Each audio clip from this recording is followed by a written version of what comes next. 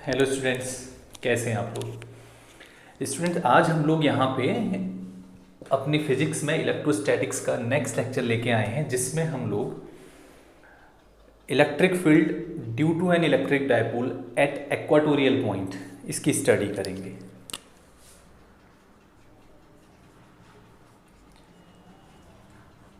Electric field intensity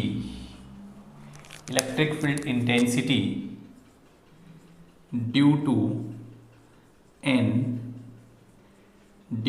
an electric dipole at equatorial line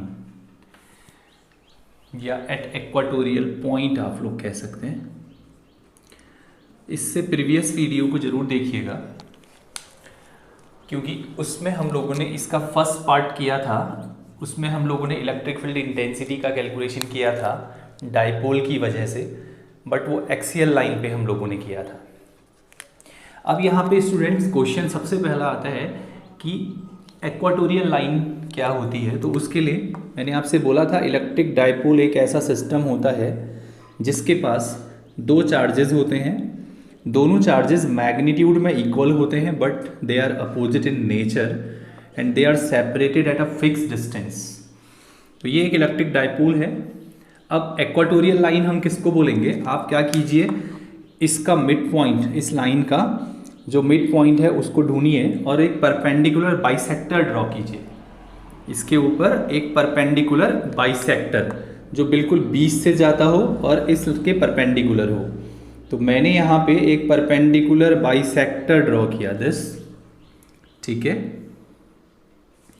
एक perpendicular bisector हम लोगों ने यहाँ पे ड्रॉ किया, दिस। अब आप इसको और इसके नीचे भी ले जा सकते हैं। अब आपको करना क्या है स्टूडेंट, आपने इस लाइन को हम बोलते हैं इक्वेटोरियल लाइन। आपने इस लाइन का कोई भी एक पॉइंट ले लेना है और उस पॉइंट पे इलेक्ट्रिक फील्ड इंटेंसिटी का कैलकुलेशन करना है। तो सपोज मैं एक पॉइंट यहाँ पे ले लेता हूँ, this, and this point is P, ठीक है। And we have to calculate electric field intensity at point P due to this dipole. तो हमने उस पॉइंट पे इस डाइपोल की वजह से कितनी फील्ड इंटेंसिटी बनेगी उसका कैलकुलेशन करना है, ठीक है। तो सबसे पहले हम ऐसा सपोज ये सोचते हैं कि यहाँ पे एक टेस्ट चार्ज रखा हुआ है Q0। टेस्ट चार्ज पॉजिटिव होता है, इसका वैल्यू बहुत स्मॉल होता है, मैंने बोला था पिछले आपको इलेक्ट्रिक फील्ड में। तो टेस्ट चार्ज रखने से क्या होगा, ये प्लस है, ये भी प्लस है, तो प्लस वाला प्लस वाले को रिपेल करेगा, ये इसको नहीं करेगा क्योंकि it is very very small. तो ये इसको रिपेल करेगा, तो इसकी वजह से यहाँ पे जो इलेक्ट्रिक फील्ड का डायरेक्शन बनेगा वो कुछ इस तरीके से बनेगा, दिस। मतलब इसने इस Q0 पे, जिसको हमने इस पॉइंट पे पुट किया, रिपेल किया, तो फोर्स का डायरेक्शन ये है। और मैंने बोला था जो फोर्स का डायरेक्शन होता है वही फील्ड का भी डायरेक्शन होता है, ठीक है। इसने अपने नेचर के अकॉर्डिंग इसको रिपेल करने की कोशिश की। अब इसका नेचर नेगेटिव है, Q0 का नेचर पॉजिटिव है, तो नेगेटिव क्या करेगा, इस पॉजिटिव को अपनी तरफ अट्रैक्ट करेगा। तो जब अट्रैक्ट करेगा तो जो फोर्स का डायरेक्शन बनेगा ड्यू टू दिस, वो इस तरीके से बनेगा। एंड जो फोर्स का डायरेक्शन होता है वही इलेक्ट्रिक फील्ड इंटेंसिटी का भी डायरेक्शन होता है। तो इसकी वजह से यहाँ पे जो इलेक्ट्रिक फील्ड इंटेंसिटी है वो इधर को है, इसकी वजह से यहाँ पे जो इलेक्ट्रिक फील्ड इंटेंसिटी है वो इधर को है, ठीक है, ओके। ये पॉइंट हमारा P है। अब आपको करना क्या है, ये इसका मिड पॉइंट है, ये जो डाइपोल है इसका मिड पॉइंट है। Suppose this point is A, this point is B, and हम एक चीज़ यहाँ पे लेट कर लेते हैं। क्या लेट कर लेते हैं कि O से जो P का डिस्टेंस है, O से जो P का डिस्टेंस है वो R है। और आपको पता है डाइपोल का जो ये लेंथ होता है इसको हमने 2L बोला था, but this is the mid point, तो ये L, ये भी L और ये R हो गया। तो क्या आप इतने से डायग्राम से मुझे ये बता सकते हैं कि ए से लेके ये पॉइंट है, पी का डिस्टेंस कितना होगा?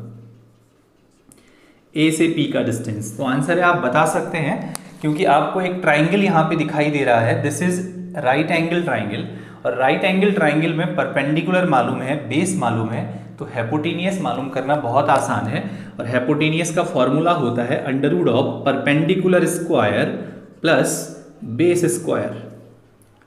तो ये हमारे पास एपी आ गया। Okay, now we calculate BP. BP क्या होगा? बीपी आपको मालूम है, फिर हमको परपेंडिकुलर मालूम है, बेस मालूम है, तो हम बीपी का कैलकुलेशन बहुत आसानी से कर सकते हैं। BP is again R square plus L square का रूट। तो हमारे पास ये 3 कैलकुलेशन हो गई। फिर से अपने माइंड में जब भी आप कोई चीज़ करते हैं माइंड में सेट कीजिए कि करना क्या है। करना क्या है, यहाँ पे इलेक्ट्रिक फील्ड की इंटेंसिटी का कैलकुलेशन करना है इस डाइपोल की वजह से। ठीक है, ओके। सबसे पहले हम लोग electric field at point P due to plus Q charge and minus Q charge, पहले हम लोग इन दोनों की वजह से अलग अलग इंटेंसिटी निकालते हैं। इसकी इंटेंसिटी अलग निकालते हैं, इसकी अलग निकालते हैं, फिर उनका रिजल्टेंट करेंगे, वो नेट इंटेंसिटी हो जाएगी। ठीक है, तो भैया प्लस क्यू की वजह से इधर पे इंटेंसिटी हमको बतानी है, और आपको पता है ये डिस्टेंस हम ऑलरेडी कैलकुलेट कर चुके हैं। This is under root of R square plus L square, this is also same. ठीक है, तो भाई प्लस क्यू का इलेक्ट्रिक फील्ड यहाँ पे क्या नाम है इसका? इसका नाम है E1। और आपको पता है पॉइंट चार्ज का किसी पॉइंट पे इलेक्ट्रिक फील्ड इंटेंसिटी कितना होता है? 1/4πε0 क्यू अपॉन आर स्क्वायर। तो प्लस क्यू का कितना होगा? 1/4πε0 value plus Q upon R. R क्या लेना होता है? आर लेना होता है चार्ज से, जिसकी इंटेंसिटी बता रहे हो, उस चार्ज से उस पॉइंट की जो डिस्टेंस है दिस, उसका स्क्वायर। तो भैया इसका स्क्वायर करेंगे तो अंडर रूट हटेगा और समथिंग कुछ ऐसी वैल्यू आ जाएगी। ठीक है, तो ये क्या है? ये इलेक्ट्रिक फील्ड इंटेंसिटी E1 है due to this at point P। Again अब मैं अगर E2 का कैलकुलेशन करूंगा, दिस इज 1/4πε0। E2 क्या है? E2 भी इलेक्ट्रिक फील्ड इंटेंसिटी ही है, बट उसका नहीं है, इसका है। इसने अपने नेचर के अकॉर्डिंग फोर्स लगाया है टेस्ट चार्ज पे। ठीक है, 1/4πε0 value of the charge Q upon distance कितनी है ये, तो डिस्टेंस का स्क्वायर करो, R square plus L square. ये फील्ड इंटेंसिटी है ड्यू टू प्लस क्यू, ये भी फील्ड इंटेंसिटी है ड्यू टू माइनस क्यू। और आप जरा ध्यान से देखो, जितना इंटेंसिटी प्लस क्यू का पी पॉइंट पे है, सेम उतना ही इंटेंसिटी माइनस क्यू का प्लस क्यू पी पॉइंट पे है। मतलब क्यू नॉट पे जितना फोर्स इसने लगाया उतना ही इसने भी लगाया। ठीक है, ओके। अब ये तो मैंने क्या किया, दोनों का अलग अलग इंटेंसिटी का कैलकुलेशन किया, बट नेट इंटेंसिटी अगर मुझे निकालनी है तो मैं क्या करूँगा? सबसे पहले आप यहाँ देख लीजिए, हम ऐसा लिख सकते हैं कि from first and second, first और सेकेंड को देखिए तो आपको दिख रहा होगा कि E1 is equals to E2। देख लीजिए, दोनों का मैग्नीट्यूड सेम है, दोनों फील्ड इंटेंसिटीज का मैग्नीट्यूड सेम है। ठीक है, बट डायरेक्शन के अकॉर्डिंग इलेक्ट्रिक फील्ड इंटेंसिटी एक वेक्टर क्वांटिटी है, और वेक्टर क्वांटिटी को प्लस करने के, माइनस करने के कुछ रूल्स होते हैं, जिसको फर्स्ट ईयर में आप लोगों ने पढ़ा है। तो आप जब यहाँ पे टोटल निकालेंगे, अभी आपने टोटल नहीं किया, आपने अलग अलग किया, इसका अलग निकाला, इसका अलग निकाला। जब इस पॉइंट पे आप टोटल फील्ड इंटेंसिटी निकालेंगे तो प्लस नहीं करेंगे, प्लस क्या ये दोनों को प्लस करेंगे? दे आर वेक्टर क्वांटिटीज, ये दोनों, ये भी वेक्टर क्वांटिटी है, ये भी वेक्टर क्वांटिटी है। अब आप एक बात बताइए, क्या ये दोनों प्लस हो जाएंगे? आंसर है नहीं होंगे। प्लस कब होते हैं दो वेक्टर? जब दोनों का डायरेक्शन सेम होना चाहिए। ठीक है, तो क्या ये दोनों माइनस करें, कोई एक दूसरे को माइनस करेगा? आंसर इज नो, क्योंकि माइनस कब होते हैं? जब दोनों का डायरेक्शन अपोजिट होता है, जैसा कि हमने एक्सियल वाली कंडीशन में किया था। तो यहाँ पे ऐसा नेचर भी नहीं है। अब भैया ना प्लस करना अलाउ है ना माइनस करना अलाउ है, तो क्या करेंगे? ठीक है, तो अगर मैं ऐसा बोलता हूं कि net electric field intensity, net electric field intensity at P due to complete dipole, इस कंप्लीट डाइपोल का इलेक्ट्रिक फील्ड इंटेंसिटी कितना होगा? ठीक है, सिंगल सिंगल अलग अलग किया, अब कंप्लीट का करना है। तो उसके लिए आप लोगों को फर्स्ट ईयर का एक टॉपिक वेक्टर का, जिसको हम कहते थे रिजोल्यूशन ऑफ वेक्टर, जिसमें हम एक वेक्टर के कंपोनेंट्स करते थे। अगर आप लोगों ने फर्स्ट ईयर में पिछले साल अच्छे से स्टडी किया है तो आपको वेक्टर के कंपोनेंट्स करने आते होंगे। देखिए, सपोज ये एंगल थीटा है। अब अगर ये एंगल थीटा है तो ये एंगल भी थीटा ही होगा। क्यों ऐसा हो जाएगा? क्योंकि अभी हमने देखा AP, ये जो लेंथ है AP, और BP जो लेंथ है, दोनों लेंथ एक दूसरे के इक्वल है। और जब किसी ट्राइंगल में आमने सामने के साइड्स एक दूसरे के इक्वल होते हैं तो आमने सामने के एंगल्स भी इक्वल होते हैं, और ऐसे ट्राइंगल को आइसोसेलेस ट्राइंगल हम लोग बोलते हैं। ठीक है, तो ये दोनों एक दूसरे के इक्वल हैं तो एंगल भी इक्वल होंगे। मैं करने क्या वाला हूं? मैं इसके रिजोल्यूशन, इसके कंपोनेंट करने वाला हूं। और कंपोनेंट करना अगर आप लोगों को आता है सही से, तो कंपोनेंट करने का तरीका क्या होता है कि जिसके आप कंपोनेंट करेंगे वो बीच में रहेगा, और इसके जो कंपोनेंट होंगे वो एक इस तरफ और एक इस तरफ एक दूसरे के परपेंडिकुलर हो जाएंगे। ठीक है, रेक्टेंगुलर कंपोनेंट्स हैं ये। तो अब आप क्या करेंगे भैया? आपने इसके रिजोल्यूशन करना है, इसका भी रिजोल्यूशन करना है। ये बीच में रहेगा, एक इस तरफ और एक इस तरफ आ जाएगा। ठीक है, अब आप सोचिए, पहले मुझे लगता है अगर ये वाला एंगल मैं थीटा लेके चलता हूं तो ये वाला एंगल भी हमारा थीटा ही आएगा। कैसे? बचपन की स्टडी आपको ध्यान हो, अल्टरनेट एंगल्स, यहीं पे जेड या एन टाइप का शेप बनता है तो ये एंगल हमेशा इस एंगल के इक्वल होता है, and they are called alternate angle. ठीक है, तो ऐसा जेड बन रहा है ना यहाँ पे, ये जेड, ये थीटा तो ये थीटा। सिमिलरली आपने ऐसे पढ़ा होगा दिस, इसमें क्या होता है? इसमें ये होता है कि ये एंगल इसके इक्वल होता है, they are called corresponding angle, right. Corresponding angle में क्या होता है? दो पैरेलल लाइन, एक ट्रांसवर्सल लाइन, दे एंगल। यहाँ देखिए, ये ट्रांसवर्सल लाइन है, ये वाली लाइन कैसी है? Transversal, this and this are parallel. और जब भी पैरेलल लाइंस को ट्रांसवर्सल लाइन कट करती है तो जो एंगल ये होता है, सिमिलरली वो एंगल ये होता है। आप इसको यहां से मैच कीजिए, आपको सेम दिखाई देगा। ठीक है, ओके। अब जब आप E1 के कंपोनेंट रिजॉल्व करेंगे तो E1 के दो कंपोनेंट, एक इस तरफ वाला कंपोनेंट होगा E1 cos थीटा, और इस तरफ वाला कंपोनेंट होगा E1 sin थीटा। अब भैया देखो, ज़्यादा डिटेल में जाऊंगा तो फिर रिजोल्यूशन लंबा टॉपिक है। मैं सिंपली आपको बता देता हूं, जिस तरफ से जिस साइड के साथ एंगल लगा होता है उस साइड में हमेशा कौन सा कंपोनेंट आता है? कॉस वाला।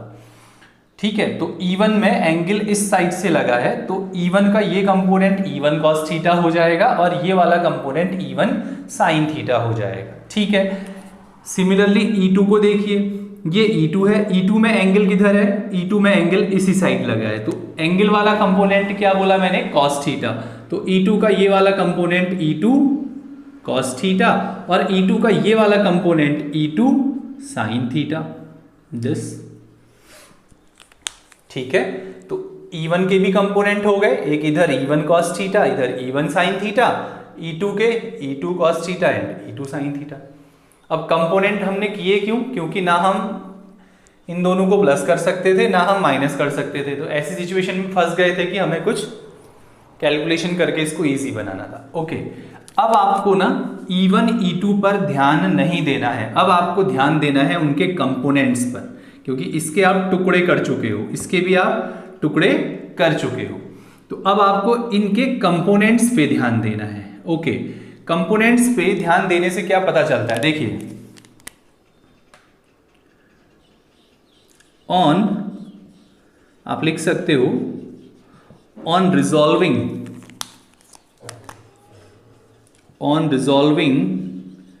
Component of E1 and E2। जब आप E1 और E2 के कंपोनेंट रिजॉल्व करते हो, on resolving component of E1 and E2 we get, तो हमको क्या चीजें नोटिस में आती हैं, तो हमको क्या मिलता है, हमको मिलता है, देखिए जब आप E1 E2 के कंपोनेंट रिजॉल्व करते हो तो हमको मिलता है E1 sine theta and E2 sine theta are opposite to each other. देख लीजिए, जब आप E1 E2 के कंपोनेंट करते हो तो ये वाला कंपोनेंट और ये वाला इसका कंपोनेंट एक दूसरे के अपोजिट हैं, ठीक है, और ये दोनों एक ही डायरेक्शन में है। और अभी हमने क्या पढ़ा, जो एक ही डायरेक्शन में होते हैं वो तो ऐड हो जाते हैं, और जो अपोजिट डायरेक्शन में होते हैं वो सब्ट्रैक्ट हो जाते हैं, ठीक है। तो on resolving component of E1 E2 we get, हमको क्या मिलता है, फर्स्ट पॉइंट हमको मिलता है E1 sine theta and E2 sine theta are opposite to each other. E1 sine theta and E2 sine theta are opposite to each other, ठीक है। अब ये एक दूसरे के भाई अपोजिट हैं, और अपोजिट जब दो वेक्टर एक दूसरे के होते हैं तो एक इनका रिजल्टेंट क्या होगा, इसमें से इसको माइनस करोगे, मतलब E1 साइन थीटा में से आप E2 साइन थीटा को माइनस करेंगे। बट अभी कुछ टाइम पहले मैंने आपको बोला था कि इक्वेशन 1 और 2 से आपको क्या पता चला कि E1 E2 के इक्वल है। E1 किसके इक्वल है, E2 के, तो E1 की जगह पे मैं E2 लिख सकता हूं, E2 sine theta minus E2 sine theta, तो ये दोनों एक दूसरे को कैंसिल करेंगे, तो इन दोनों का जो रिजल्टेंट आ रहा है वो कितना आ रहा है, 0, ठीक है। E1 sine theta E2 sine theta are opposite to each other, ठीक है, and resultant of both is 0। इन दोनों का रिजल्टेंट 0 है। ऐसा इसलिए है क्योंकि E1 और E2 एक दूसरे के इक्वल है। भाई इसका और इसका रिजल्टेंट कैसे निकालोगे, इसमें से इसको माइनस करके या इसमें से इसको माइनस करके, ठीक है। आप किसी में से भी किसी को माइनस करेंगे तो इफेक्ट उसका 0 हो जाएगा, क्योंकि E1 E2 के इक्वल है, ठीक है। अच्छा, तो क्या ये दोनों भी माइनस होंगे, आंसर इज नो। ये दोनों माइनस क्यों नहीं होंगे, ये दोनों माइनस क्यों नहीं होंगे, ये दोनों माइनस इसलिए नहीं होंगे क्योंकि दोनों का डायरेक्शन सेम है, और सेम डायरेक्शन वाले जो वेक्टर्स होते हैं वो हमेशा ऐड होते हैं। तो इसके लिए, इस पॉइंट के लिए हमारे पास क्या लिखने की जरूरत है, first is this, second is, ठीक है, E1 cos theta and E2 cos theta, ठीक है, विल एडेड अप। तो ये दोनों ऐड हो जाएंगे। क्यों ऐड हो रहे हैं, बात समझ में आती है, they are in the same direction, तो विल एडेड अप। तो नेट रिजल्ट कितना हो जाएगा, अगर आप इसका नेट रिजल्ट का कैलकुलेशन करेंगे, इसको नोट कर लीजिएगा आप लोग,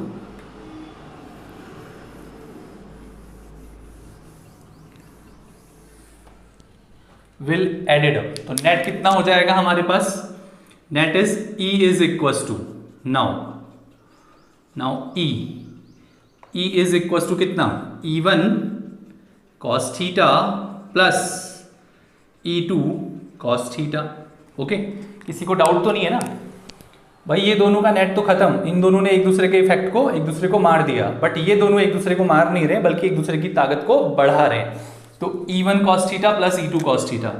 लेकिन स्टूडेंट अभी आप लोगों ने क्या पढ़ा, E1 E2 के इक्वल है, E1 E2 के इक्वल है, तो क्या मैं E1 को E2 लिख दूं या E2 को E1 लिख सकता हूं, आंसर इज यस।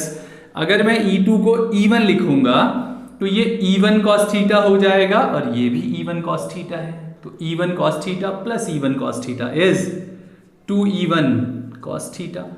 क्यों ऐसा लिखा? क्योंकि E1 E2 के इक्वल है। ओके, अब E इज इक्वल टू क्या? 2E1 cos theta and E1 is this 2E1, E1 बोले तो 1/4 pi epsilon not Q upon R square plus L square. This is the value of E1। Now cos theta. Okay, theta आपको diagram में कहीं पे दिखता है? Answer इस दिखता है। cos थीटा का कैलकुलेशन करना है। cos थीटा क्या होता है स्टूडेंट?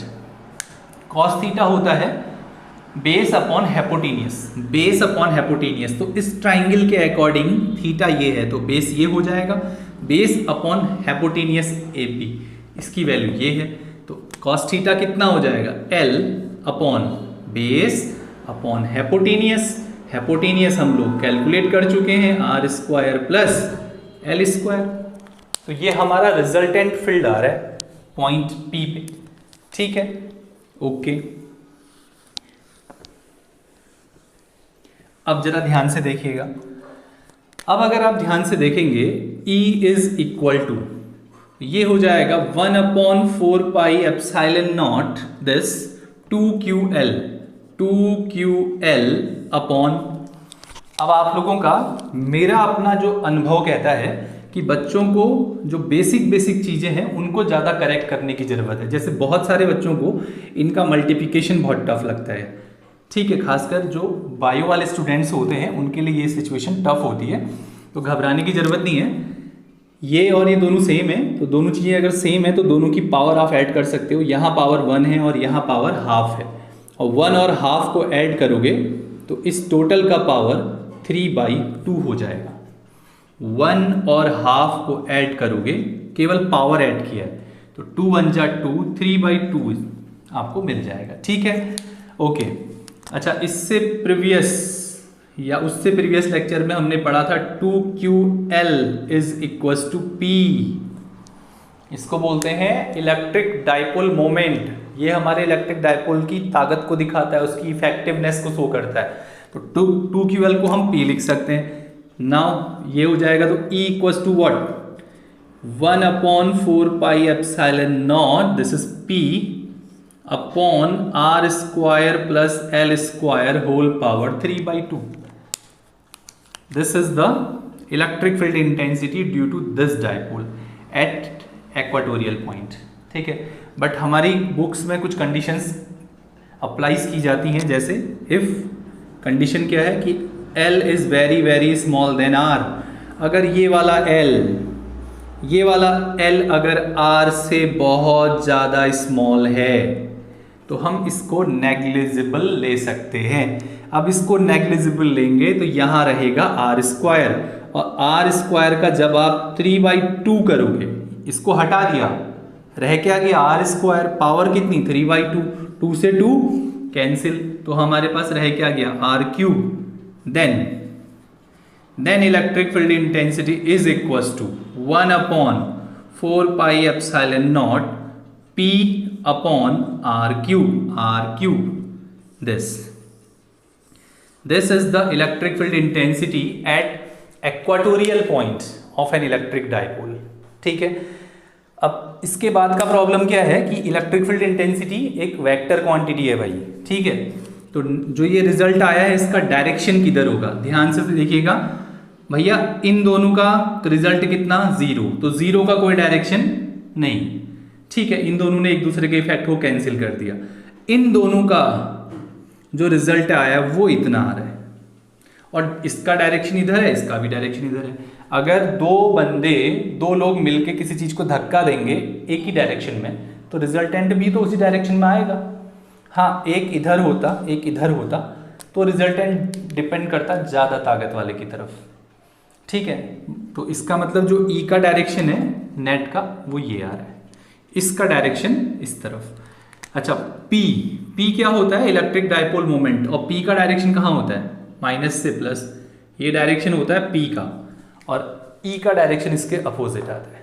ठीक है, तो हम यहाँ से ये भी कह सकते हैं कि this electric field intensity is inversely proportional to the cube of the distance from the centre. मतलब सेंटर से इस पॉइंट की जो डिस्टेंस है उसका जो क्यूब है उसके इन्वर्सली प्रोपोर्शनल होती है इंटेंसिटी। ठीक है, इसको रिपीट करके बार बार देखिएगा तो 101% आपको समझ में आ जाएगा। Thank you.